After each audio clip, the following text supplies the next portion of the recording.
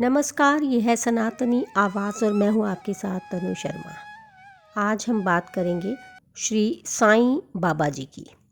श्री साईं बाबा ऐसे सद्गुरु थे जिन्होंने धार्मिक निष्ठा प्रदर्शित करने का विचार कभी मन में नहीं किया। दैहिक बुद्धि उन्हें किंचित मात्र भी छू नहीं पाई थी, परंतु उनमें भक्तों के लिए असीम प्रेम था। गुरु दो प्रकार के होते हैं, नियत और अनियत।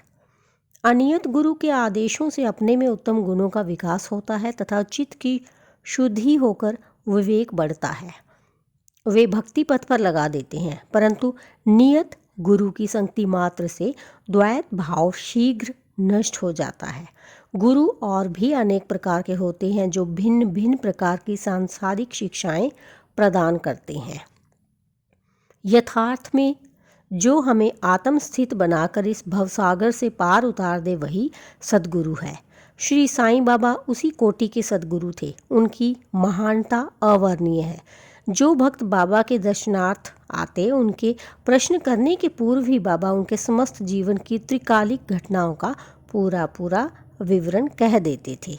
वे सभी जीवों में ईश्वर दर्शन किया करते थे। मित्र और शत्रु उनकी दृष्टि में समान थे।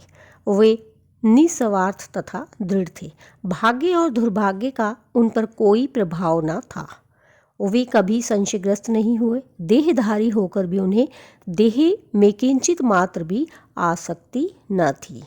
यथार्थ में वे नित्य मुक्त थे।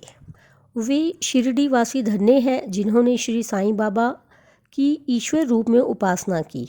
सोते जागते, खाते पीते, बाड़े या खेत तथा घर में अन्य कार्य करते हुए भी वे लोग सदैव उनका स्मरण तथा गुणगान करते थे। साईं बाबा के अतिरिक्त दूसरा कोई ईश्वर वे मानते ही न थे। शिरडी की नारियों के प्रेम की माधुरी का तो कहना ही क्या है। वे बिल्कुल भोली भाली थीं। उनका पवित्र प्रेम उन्हें ग्रामीण भाषा में भजन रचने की सदैव प्रेरणा देता रहता था। यद्यपि वे शिक्षित न थीं तो भी उनके सरल भजनों में वास्तविक काव्य की झलक थी। कीर्ति, वैराग्य, ज्ञान, ऐश्वर्य और उदारता श्री साईं बाबा में विद्यमान थे।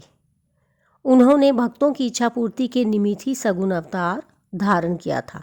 उनकी कृपा बड़ी ही विचित्र थी। बाबा अति विनम्रता से इस प्रकार बोलते कि दासानुदास मैं तुम्हारा ऋणी हूँ। कैसी विनम्रता है। यद्यपि बाहरी दृष्टि से बाबा विषय पदार्थों का उपभोग करते हुए प्रतीत होते थे, परंतु उन्हें किंचित मात्र भी उनकी गंध ना थी और ना ही उनके उपभोग का ज्ञान था। वे खाते अवश्य थे, परंतु उनकी जीवा को कोई स्वाद ना था। वे नेत्रों से देखते थे, परंतु उस दृश्य में उनकी कोई रुचि ना थी। काम के संबंध में वे हनुमान के समान अखंड ब्रह्मचारी थे। उन्हें किसी पदार्थ में आसक्ति नहीं थी। वे शुद्ध चैतन्य स्वरूप थे, जहाँ समस्त इच्छाएं, अहंकार और अन्य चेष्टाएं विश्राम पाती थीं।